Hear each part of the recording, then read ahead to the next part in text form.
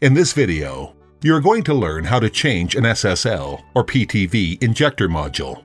The example demonstrated here is an SSL injector module. Before proceeding, you need to lower the injector temperature and set the carrier gas flow to off. Make sure that the carrier gas supply is closed.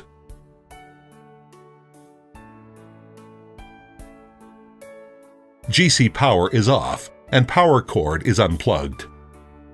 Wait for the oven and injector temperatures to cool down, and then disconnect the analytical column.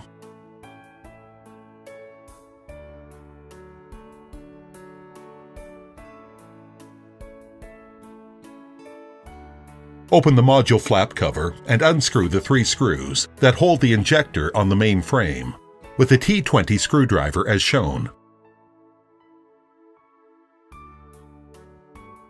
Then pull the injector body out from GC.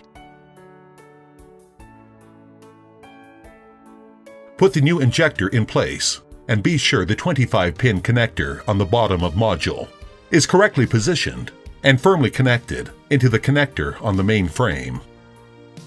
Tighten the 3 screws evenly and do not over-tighten.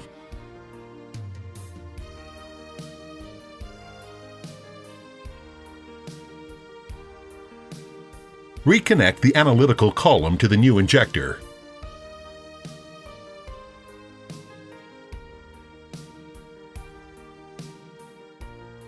Turn on all gases and GC power.